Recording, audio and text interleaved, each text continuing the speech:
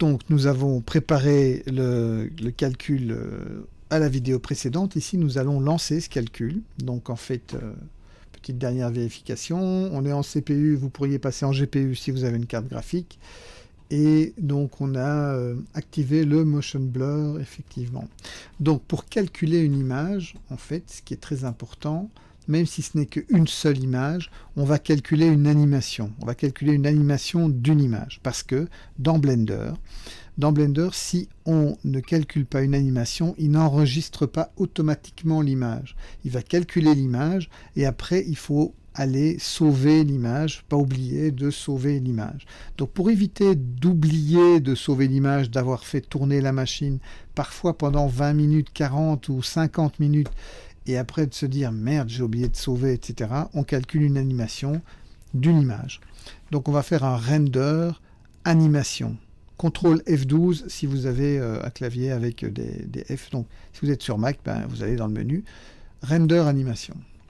Et donc vous allez avoir cette fenêtre qui s'ouvre. Donc encore une fois, moi ça calcule relativement vite.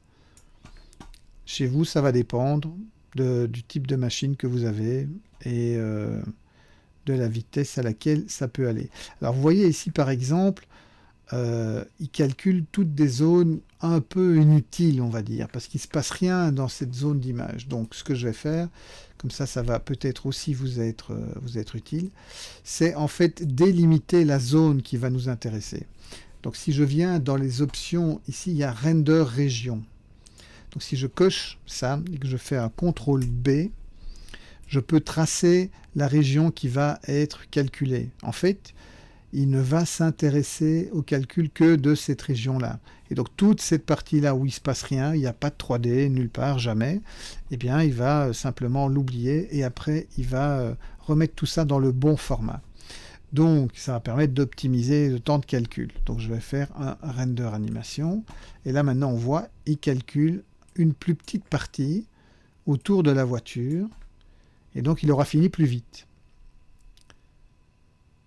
Et on voit ici le motion blur en mouvement. Là par contre, il n'a pas l'air d'être trop en mouvement, donc il n'a sans doute pas enregistré mes clés d'animation. Donc je vais aller voir ça. Donc ça c'est une erreur. Ça arrive, des erreurs. Donc je vais sélectionner la clé. Ah oui, ici c'est parce que je n'ai pas fait l'opération dont je vous ai parlé la fois dernière, qui était donc de mettre ça en linéaire et de cycler cette animation donc avec offset et avec offset, voilà, des deux côtés, hein. On l'avait fait que d'un côté, mauvais plan. Donc je vais relancer le render animation, voilà.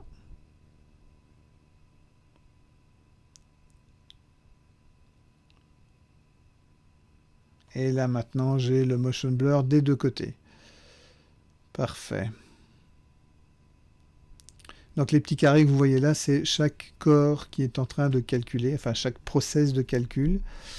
Donc dans mon cas, j'ai 12 corps, 24 process, donc ça veut dire qu'il y a 24 petits carrés qui se promènent sur l'image et qui calculent, donc ça dépend, voilà, vous allez peut-être en avoir que 4, ou vous allez peut-être en avoir 8, ça dépend le type de machine que vous avez, peut-être 2.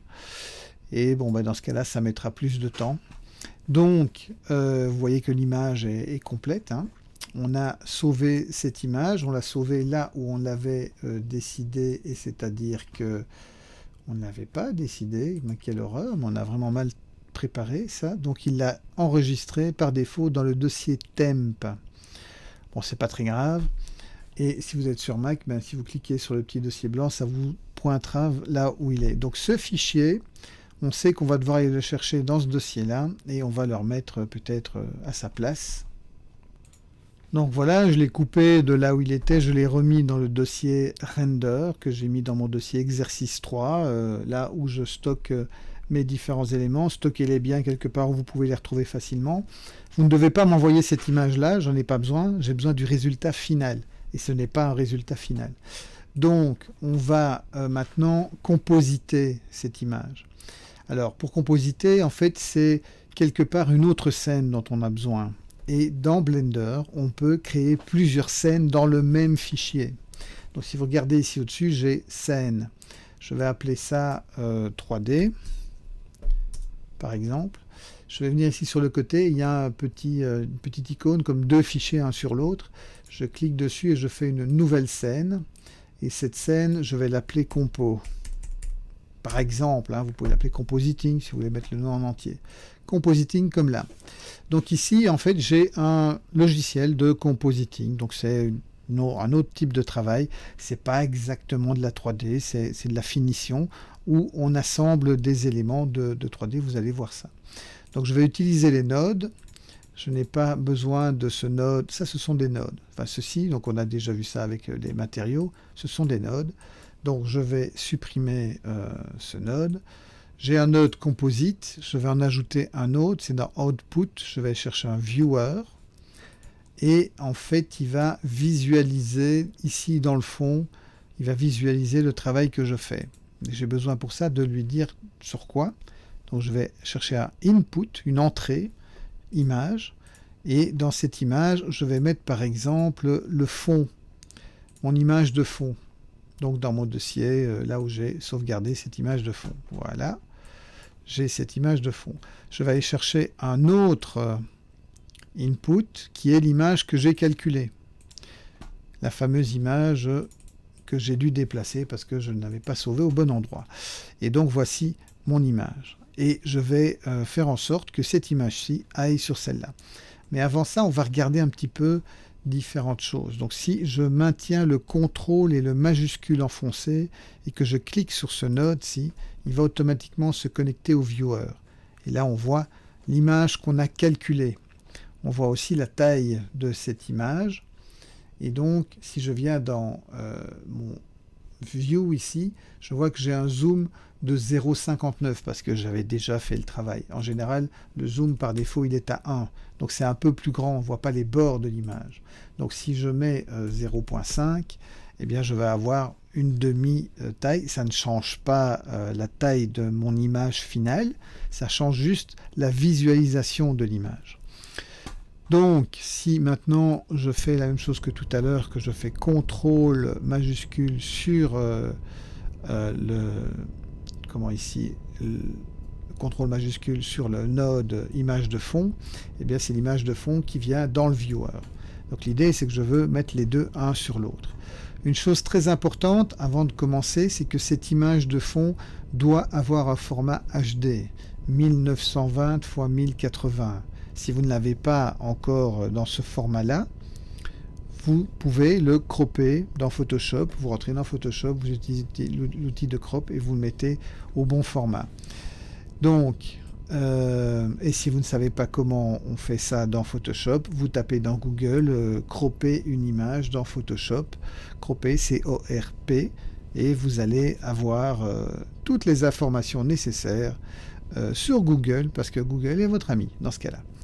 Donc, et que la 2D, c'est pas mon domaine. Donc, je vais ajouter un color alpha over.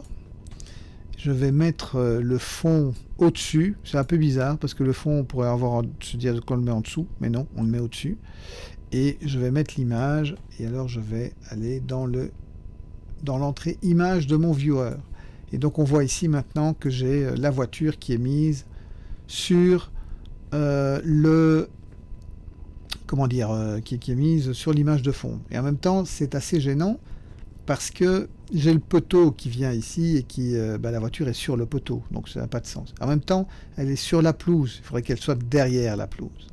Donc ce qu'il faudrait, c'est pouvoir utiliser un masque pour pouvoir détourer le poteau et ici une partie de la pelouse, etc., pour mettre la voiture derrière.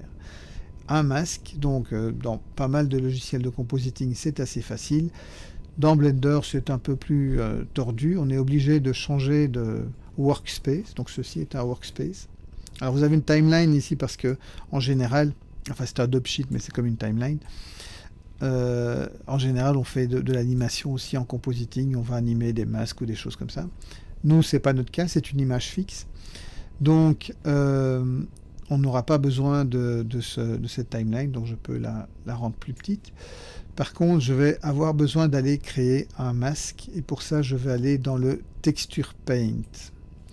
Alors dans le Texture Paint, j'ai aussi une vue 3D dont je n'ai pas besoin puisque je vais juste travailler sur l'image. Je vais aller chercher dans les images, dans ma bibliothèque d'images. Donc ici, dans cette icône, il y a une petite flèche à côté. C'est ma bibliothèque d'images. J'ai images de fond. Vous voyez, images de fond 2. Et donc là, avec la roulette, je peux agrandir ou diminuer. Donc je ne change pas la taille de l'image. Tout ce que je fais, c'est par rapport à la visualisation. Il faudrait qu'on puisse avoir ça dans le compositing. Dans le compositing, ça ne marche pas. Ça marche sur les nodes ici, mais ça ne marche pas sur l'image de fond, c'est dommage, mais c'est comme ça. Et donc ici, on va pouvoir créer un nouveau masque, mais pour le moment, il ne sait pas qu'on veut faire un masque. Donc je vais dans Paint, et dans le menu ici, et à la place de Paint, je vais choisir Masque. Et donc là, maintenant, je vais me retrouver dans une interface qui va me permettre de créer un masque. En tapant sur New, j'ai un masque qui apparaît et je vais appeler ça masque poteau. Comme ça, je sais de quoi ça parle. Et je vais dessiner mon masque. Donc l'idée, c'est que je dois créer un masque qui va ici venir s'intéresser au poteau et une partie de la pelouse. Donc je maintiens le contrôle enfoncé et je clique gauche et je vais créer des points. Et ces points vont me permettre de dessiner mon masque. Alors comme c'est des lignes droites, ça tombe bien. Ou c'est quasiment des lignes droites. Je n'ai pas de souci pour créer ce masque. Si c'était avec des courbes, on verra ça après parce qu'on va faire un autre type de masque. Eh bien, on devrait faire autrement. Bon, alors ici, l'idée, c'est qu'il faut fermer. Alors, je ne vais pas ramener dessus comme je le ferais dans Photoshop ou Illustrator. Ça ne marche pas de la même manière. Donc, une fois que j'ai fait le dernier point avant la liaison, eh bien, je fais Alt-C. Et Alt-C, ça va fermer. Alors pourquoi Alt-C? Parce que Alt-C, voilà. Après, je peux déplacer ces points en cliquant dessus et en les réajustant, parce qu'ils ne sont peut-être pas très bien mis. Voilà. Bon, en même temps, on va mettre un flou de mouvement, donc il ne faut pas non plus être super, hyper précis, mais quand même. Et ici, pareil. Et là, je vais mettre peut-être à la même hauteur. Voilà, et comme ça. Donc là, j'ai fait mon masque. Et maintenant, j'ai un masque poteau. Alors, le truc, je vous disais, on va faire un deuxième masque. En fait, oui, on va faire un masque qui va nous permettre de faire ce qu'on appelle une vignette. Donc, je vais créer un nouveau masque. J'appuie sur les deux fichiers, là. Et ce masque, je vais l'appeler masque vignette. Voilà. Et je vais encore une fois appuyer sur CTRL. Et cette fois-ci, je vais cliquer et glisser. Alors vous voyez, ça fait une tige comme ça. On va laisser la tige. Ici pareil, je clique et je glisse. Et en fait, ça fait un espèce de bézier, mais qui n'est pas vraiment un bézier. Et comme tout à l'heure, je ne ferme pas en cliquant, en traçant encore un point, mais je fais Alt-C et ça va fermer. Et en fait, le principe avec ces barres ici, c'est que ça me permet d'arrondir. Donc quand je les déplace et quand je les étire, on voit, ça joue sur le... C'est un bézier avec un seul... pour ceux qui savent, qui connaissent bien les béziers, c'est un bézier avec un seul contrôle. Et donc ça permet de faire des formes arrondies. Donc voilà, hop.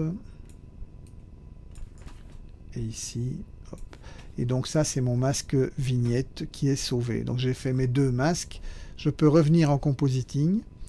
Et ici, je vais notamment alors avoir besoin de mon masque. Comment est-ce que je vais l'utiliser, ce masque? En fait, il va jouer sur le facteur. C'est comment les deux images ici sont mélangées. Elles sont mélangées d'une certaine manière par le facteur. Si par exemple je diminue la valeur, on voit la voiture disparaît parce que ça joue sur une opacité. Et donc je peux rentrer le masque dans cette entrée-là. Alors le masque, pour l'importer, je vais dans Input, Masque. Et je vais d'abord sélectionner mon masque parce que j'en ai plusieurs. Donc je vais sélectionner le bon, c'est le masque poteau. Dans la bibliothèque qui est ici, je vais sélectionner masque poteau. Et je vais l'envoyer dans... Vous voyez qu'en même temps, les deux boules ont la même couleur. Et vous voyez ici qu'il me fait un truc bizarroïde. Il me fait l'inverse de ce que je voudrais. Donc moi, il me faudrait l'inverse de ça. Donc ce que je vais faire, c'est que je vais ajouter un node color invert. Donc dès qu'on veut faire n'importe quelle action, on utilise un node, et dans ce cas-ci, en inversant, voilà, j'ai fait l'opération. Donc ça c'est très bien, c'est ce que je voulais. Par contre, ce que j'aurais voulu aussi, c'était avoir, comment dire, avoir un flou de mouvement. Donc ce que je peux essayer de faire, c'est rajouter donc un flou sur le fond, hein, pour donner l'impression que la voiture a été prise sur le vif. Donc je vais rajouter un flou après mon image ici, donc ici quelque part entre l'image et l'entrée du alpha over. Donc je vais aller dans je vais aller ici rajouter un filtre. Alors je vais prendre un filtre blur, on pourrait croire, hein, mais on pourrait prendre un directional blur, mais non, en fait, non, dans Blender, non. Donc ici, je vais prendre, je sais pas, moi je vais faire un 60, et donc voilà, on a l'effet, mais on n'a pas vraiment l'effet sur le masque ici, vous voyez, le masque il est nickel, donc il faut prendre le même effet et le placer ici sur mon masque, donc je vais faire un majuscule D pour copier en fait. Ah oui, il faut saisir le bon node. Donc ça c'est un node, j'aurais quand même besoin d'un masque après, donc je le mets sur le côté. Donc ici je sélectionne le node blur et je fais majuscule D. Voilà, et je viens le mettre entre les deux. Et là maintenant mon poteau aussi est blurré. Et donc ça marche. J'ai vraiment l'impression que tout est blurré. Donc j'ai mis 60, peut-être que 50 donnera un meilleur effet. Enfin c'est à vous de juger ce que vous préférez mettre. Mais donc là, j'ai quelque chose qui est déjà presque bon. Seule chose que je voudrais encore faire, c'est moi le rouge sur les pneus, là, sur les roues, ça ne me va vraiment pas. Je n'aime vraiment pas. Donc, ce que je vais faire, c'est que je vais utiliser le Cryptomatte. Donc, le Cryptomatte, ça crée des masques automatiques. Donc, je vais avoir besoin d'aller chercher quelque chose pour décoder ce Cryptomatte. Donc, ça se trouve dans Matte, Cryptomatte. Voilà.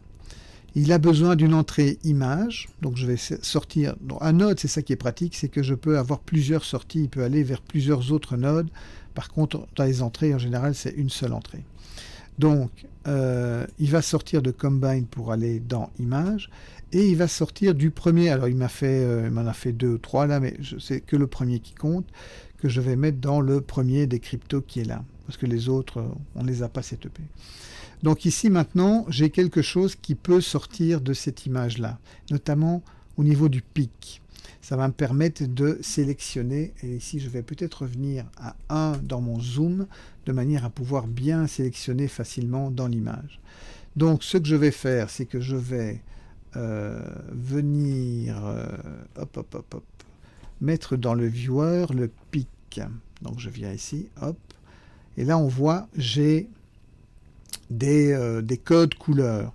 Alors, on va pas sélectionner des couleurs, on va sélectionner des zones. Donc, il ne faut pas se tracasser si ça paraît un peu bizarre, ça ne me paraît pas bien net, etc. Il suffit que je vienne chercher la pipette Add et je vais ajouter celui-ci et je vais ajouter cette jante-là. C'est dans cette zone-là qu'il y a le fameux rouge que je n'aime pas tant. Donc ça va sélectionner ces zones-là. Après, si je remplace le pic par le mat, donc je prends le mat et je le mets dans le viewer, eh bien on voit qu'il a fait un masque avec les zones que j'ai sélectionnées. Et si je viens dans Image, eh bien il a utilisé ce masque pour découper l'image. Et donc il a découpé ces trucs rouges qui ne me plaisaient pas. Et donc le Cryptomatte sert à ça, sert à créer des masques et à découper automatiquement les parties de l'objet sur lesquelles je veux agir. Moi, l'idée, c'est que ce que je voudrais, c'est qu'à la place d'avoir du rouge, là, il y ait une autre couleur. Donc, ce que je vais faire, c'est que je vais faire aussi un alpha over, un autre alpha over, ici entre les deux, où je vais mettre ce qui sort d'ici, je vais le mélanger avec ce qui sort de ma composition. Oui, 60, c'était quand même beaucoup, je vais mettre 45. Voilà, et donc, je vais faire un majuscule D. Et ici, je vais, pour le moment, qu'est-ce qui se passe? J'ai du blanc, une image blanche qui vient au-dessus de l'image. C'est pour ça qu'il n'y a plus rien. Et ici, je vais rajouter l'image. Donc en fait, ça n'a rien fait du tout, si ce n'est que ça a causé plus de problèmes qu'autre chose. Et d'autre part, vous avez vu que ici, les trucs que j'ai rajoutés viennent se rajouter au-dessus du bord de la pelouse, parce que j'ai besoin, encore une fois, d'utiliser mon masque ici pour jouer sur le FAC. Donc, ici, j'en ai pas eu besoin, parce que ce que j'ai fait, c'est mélanger la voiture. Enfin, si, j'en ai besoin, puisque c'est rentré ici, donc j'en ai eu besoin. Mais sur celui-là, j'en ai besoin aussi. Donc, je vais sortir de mon masque ici, et je vais rentrer dans le FAC. Et oui, je vais plutôt sortir de l'inverse parce que c'est toujours le même problème. Il m'a fallu la version inversée. Donc, ceci, finalement, ça fait un tout. Voilà. On va un peu réorganiser pour que ce soit plus joli. Donc, et comme ça, j'ai mis, en fait, dans l'absolu, ce que j'ai rajouté. Alors, vous allez me dire, vous avez rajouté le rouge sur le rouge, je ne vois pas l'intérêt, parce que je n'ai pas encore transformé la couleur. Ça va se faire ici entre les deux. Donc je vais ajouter un color et je vais prendre un, par exemple, Hue Saturation Value. C'est un assez facile à jouer. Donc je zoome un peu et avec la roulette de la souris, là, je vais descendre la saturation. Parce qu'en fait, dans la vraie vie, les choses ne sont pas aussi saturées que ce qu'on voit là. Et je vais changer le Hue parce que moi, j'aime pas les jantes en rouge, comme ça. Je les veux, je sais pas moi, ça pourrait être en vert ou en bleu, un bleu électrique comme ça, ou peut-être si je viens, ouais, je vais monter en bleu électrique et peut-être remettre un peu de saturation quand même, pas trop. Voilà, quelque chose dans ce goût-là. Et au niveau de la valeur, je vais aussi descendre un peu pour foncer un peu le tout. Pas trop, parce qu'il y a une zone qui est influencée au niveau de la couleur rouge qu'il y avait avant. Donc ici, ouais, je remonte un petit peu, voilà. Mettons. Et donc là, l'idée, c'est j'ai changé la valeur. Ce que je peux encore faire éventuellement, c'est rajouter une autre correction couleur. Et donc chaque fois, c'est un outil différent. Peut-être un brightness contrast, comme ça je descends un peu le brightness. Et il est un peu moins lumineux. Alors si je descends, ouais non, faut pas faire de trop. Alors, si je fais P, non, c'est pas P, c'est M. M, voilà. Je peux voir avec et sans. Et je vois qu'en fait, je suis en train d'agir sur le mauvais cheval.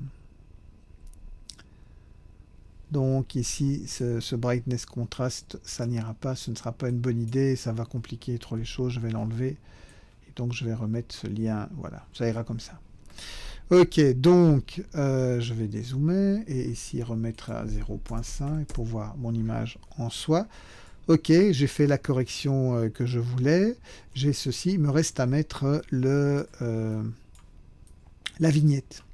Et donc la vignette, c'est aussi, donc ici je vais chercher la vignette. La vignette en fait c'est pour foncer les bords. Elle va aussi avoir besoin d'un invert, donc je vais multiplier, je vais faire un majuscule D, hein, dupliquer, parce que voilà, il faut faire comme ça. Donc je vais inverser. Et ce que je vais faire aussi, c'est flouter. Donc je vais aussi aller chercher un blur. Donc je vais faire un majuscule D encore sur ce blur. C'est plus facile que d'aller chercher dans le menu. Et je vais rentrer l'image. Et ici, ce sera 60 sur 60, mais à mon avis, il faudra même peut-être plus. Et ça va agir sur quoi? Parce que pour le moment, ça n'agit sur rien. Eh bien, on va aussi prendre un Hue Saturation Value, mais on va y rechercher un nouveau, pour ne pas être emmerdé par ce qu'on a fait comme changement ici. Donc, je prends un Color, Hue Saturation Value, voilà. Là, hop, je viens ici. Et là, j'ai un FAC, et donc je vais pouvoir agir dessus. Donc, si je descends la valeur, donc je fonce l'image. L'idée, c'est ça, je veux foncer l'image. Et on voit en passant les phares de la voiture qui s'allument. Et, enfin, qui s'allument, ils étaient allumés. Hein. Donc, je mets dans le FAC, et là, maintenant, on a sur les bords. Mais en fait, je ne veux pas que ce soit aussi fort. Donc, je vais rechanger un petit peu. Il faut que ça fonce un petit peu, mais quand même pas trop fort. Et alors ici, on voit trop nettement le bord, donc je vais monter Je vais passer à 120, je vais doubler en fait la valeur du blur. Et ça fera un peu mieux l'effort. Ici, je peux remonter un peu sa valeur encore. C'est juste pour foncer un peu les bords. Si maintenant je veux voir l'effet avec et sans, c'est M, avec, sans, et on voit qu'il y a quand même une petite différence. Ça vient en fait historiquement, quand on tournait en pellicule, il y avait toujours un petit défaut dans le gate, donc c'est le trou qui laissait passer la lumière pour venir impressionner la pellicule, et donc ça faisait un défaut en fait, ça brûlait la pellicule sur les coins. Et on a gardé ça et on aime bien avoir ça parce que ça ferme l'image. Donc voilà, ça vient de là historiquement, mais bon. Et donc là maintenant on a quelque chose de super sympa. Je vais relier Composite aussi, très important. Il faut que Composite soit relié avec mon dernier node. Et donc là je vais calculer l'image. Et donc comme tout à l'heure, c'est pas plus compliqué que tout à l'heure, je vais aller dans les réglages, je peux laisser IV, ça on s'en fout. Je vais calculer l'image de 1 à 1 parce que je n'ai pas beaucoup d'images, je n'en ai qu'une. Et je vais aller sauver ça. Là, par contre, je vais sérieusement le sauver. Nom, prénom, machin, etc. Parce que c'est ça que vous allez m'envoyer. Hein. Prénom avec un P majuscule. Underscore, classe. Underscore, exercice 03. Et on va mettre encore un underscore parce qu'il va inévitablement mettre 0,1. 001, mais ça fait rien. Et on va sauver ça en PNG, en RGB, parce qu'il n'y a pas besoin d'alpha. Et voilà. Et il n'y a plus qu'à faire un calcul d'animation, encore une fois, parce qu'on veut qu'il enregistre l'image. Et comme on n'a rien changé, il va le faire en HD. C'est exactement le format qu'on voulait avoir. Et donc, je render l'animation. Ça va super vite, parce que c'est du compositing, et que le compositing, c'est pas de la 3D. Ça va beaucoup plus vite, c'est juste du traitement d'image comme on pourrait avoir dans Photoshop ou autre. Vous m'envoyez ça, et l'exercice est fini, et vous n'avez plus qu'à faire votre rapport vidéo pour finaliser cette deuxième session. Je vous souhaite bonne chance. Enfin, bonne merde, parce que bonne chance, on ne sait jamais. Voilà.